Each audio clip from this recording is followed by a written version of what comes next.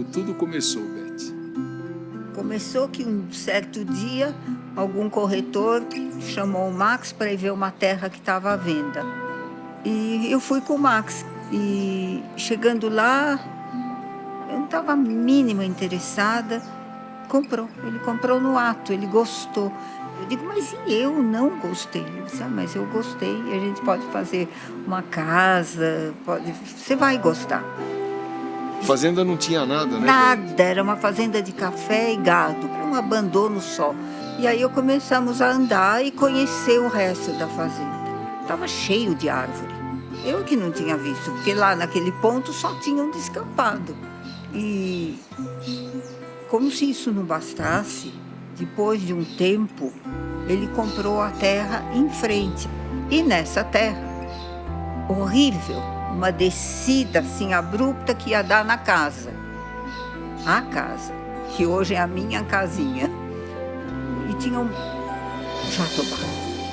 Quando eu vi a árvore, eu capotei. É uma árvore que os especialistas dizem que tem 300 anos. Ela é soberba, é impressionante. Eu disse, eu vou dar o nome para essa fazenda. Então eu dei o nome de Jatobás.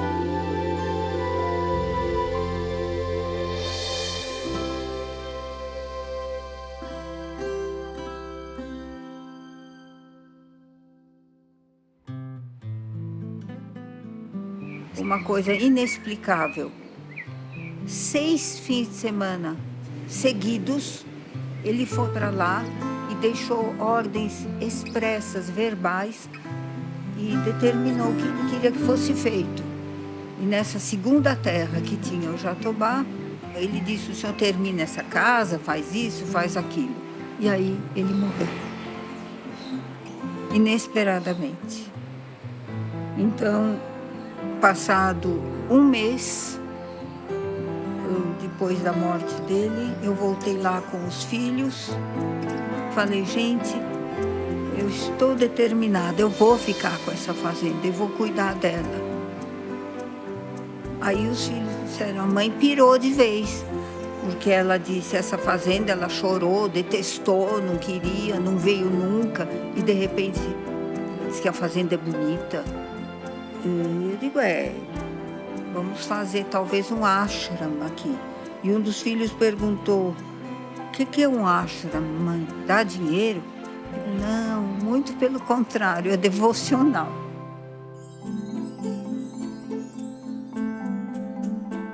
Como minha área é saúde, eu vou trazer pessoas de São Paulo, carentes de natureza, que precisam respirar, meditar, andar. Aí eu comecei a trabalhar incessantemente. Eu acampei naquela casinha, dei uma guaribada nela e não parei de dar guaribadas até o dia de hoje. E o mais importante de tudo é que, passados alguns anos, entrou o Luiz no meu caminho. O destino foi providencial e nos encontramos, e aí sim a fazenda deslanchou. Uma amiga querida em comum um dia falou, eu tenho uma amiga, Beth, que está desenvolvendo um projeto, e como você já mexe alguma coisa com o terceiro setor, seria legal eu apresentar vocês, talvez você possa pensar alguma coisa junto com ela e tal. E a gente combinou de conversar um dia sobre isso, sobre as possibilidades. E ela me contou da história do ashram, de fazer um centro de terapias holísticas. Eu falei, puxa, Beth, que boa ideia fazer um ashram. Mas o que é um ashram mesmo? Né? E aí ela me explicou, e aí a gente começou a desenhar um projeto. E aí começamos a tentar desenvolver o tal do projeto, né, do ashram. E aí o destino, ele vai criando o seu próprio caminho, né? E a sabedoria de deixar o destino te levar um pouco, né? Mas o fato é que naquele momento a história do ashram acabou não dando certo, e aí eu tinha dentro da minha empresa um pequeno instituto, sou engenheiro, incorporei a história da sustentabilidade na construção, fiz vários empreendimentos com esse conceito, e me incomodava muito que fora desse locus da construção todo o entorno era absolutamente degradado. Então comecei a pensar que como é que a gente podia pensar nas construções a gente incorporar a sustentabilidade no entorno, etc., de ter uma visão mais sistêmica da sustentabilidade e não só especificamente naquilo que a gente fazia nas obras, né? Eu me lembro exatamente o dia que a gente decidiu de Pardinho, nós fomos almoçar, e aí ela estava triste, ela falava, poxa, nossa ideia de fazer a história na fazenda do centro de wellness, etc., acabou não dando certo, né? E aí eu contei para você, né, Beth, da história que eu estava desenvolvendo um modelo e tal, e falei, seria muito legal a gente aplicar isso num lugar. Por que a gente não aplica em Pardinho? Pronto. Né? E aí foi tão engraçado, Beth, porque você, acho que não deu uns 5 segundos entre por que a gente não aplica Pardinho e a tua resposta. Você falou sim, vamos. Eu achei que você tinha me chamado pra gente ir no buffet se servir. Aí ela falou, não, vamos. Eu falei, mas vamos o quê? Vamos almoçar? Ela falou, não, vamos fazer em Pardinho. Eu falei, puxa, uma decisão rápida assim, né? Desse jeito, a gente começou o nosso projeto de aplicar esse modelo de desenvolvimento sustentável lá em Pardinho, e onde a gente começa a nossa jornada. Eu acho que essa conversa foi 2003, 2004, né?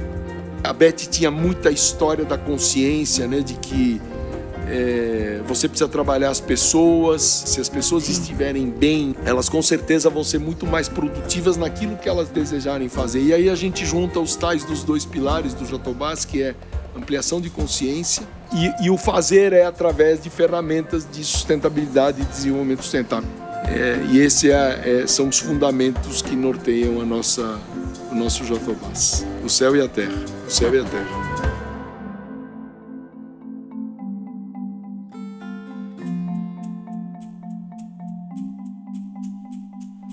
Mas, Beth, por que o centro? Pois é, faltava coesão, a igreja, o clube, mas não tinha a alma que o centro hoje é, o que ele significa para a cidade. E por que cultura?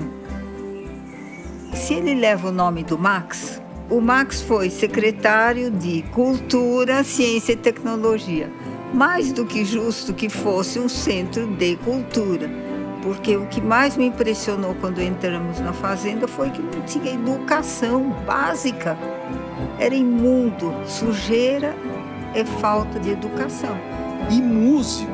Então tinha muito mais sentido. Ele era todo músico. Sentido. Ele era músico total. Desde os 4 anos de idade estudando música. Então, tinha sentido, porque essa cidadezinha é a capital da música de raiz.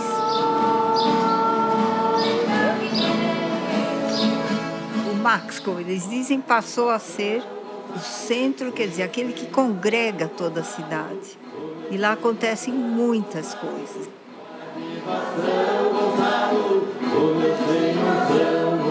Pardinho, a gente está trabalhando o município de maneira integrada, transversal, sistêmica, quântica, né?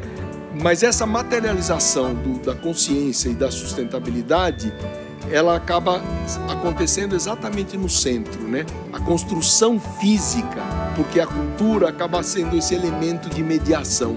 De congregação. Né? De congregação. Então essa nossa visão sistêmica, primeiro de mostrar que um pequeno município pode se emancipar sobre todos os aspectos, inclusive e principalmente economicamente, né? De uma maneira sustentável. Esse olhar nosso para o empreendedorismo a partir das peculiaridades locais, né? Pardinho, as suas maiores potencialidades estão em função da música raiz e do environment. Do ambiente. Do ambiente, exatamente, o turismo, né? Um turismo sustentável. Lá nós temos paisagens maravilhosas, lugares lindos, né? E a gente vê essas coisas florescendo, né? E uma coisa super importante, de que a gente trabalha a partir do indivíduo, né?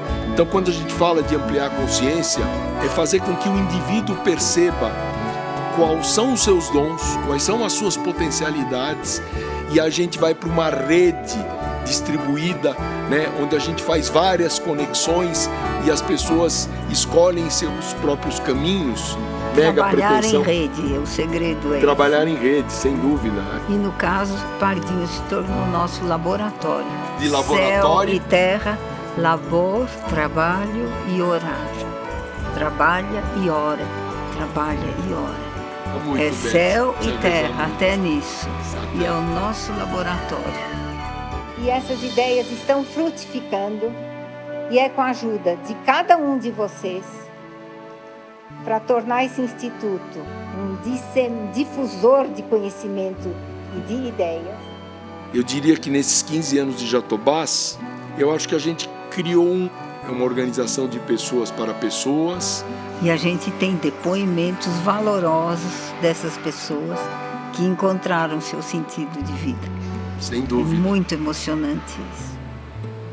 Meu avô gostava muito de viola caipira. Uma vez estava tendo um show aqui e a gente veio, foi a primeira vez que eu entrei no Max mesmo.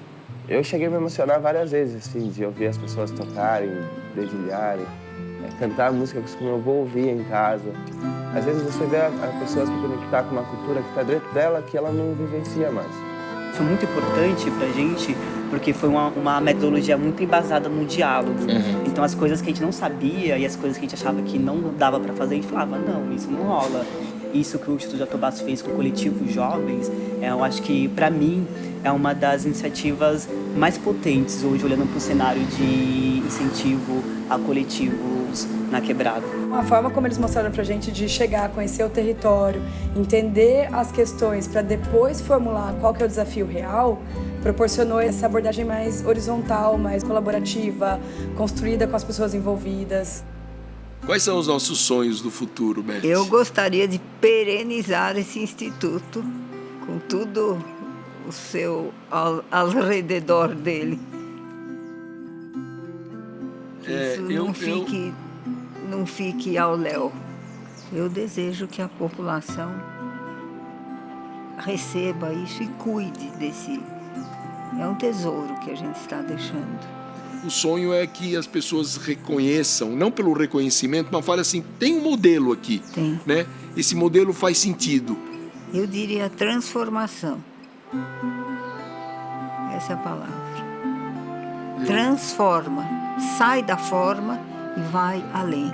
Aliás, o nosso mote do nosso manifesto fala de agentes transformadores. Que cada um seja a mudança que quer ver no mundo. Então é transformação. Essa é a palavra do Jatobás. Eu acho que a fazenda também é esse exemplo, né? O que foi e o que é. Aliás, a metáfora também do símbolo do Jatobás ser uma árvore, É. né? E tá lá há 300 anos, a gente quer que os próximos 300 anos o Jatobás esteja aí e crie uma floresta de Jatobás, né? Pois é. Espalhando essas sementes por muitos lugares. E digamos amém. Amém.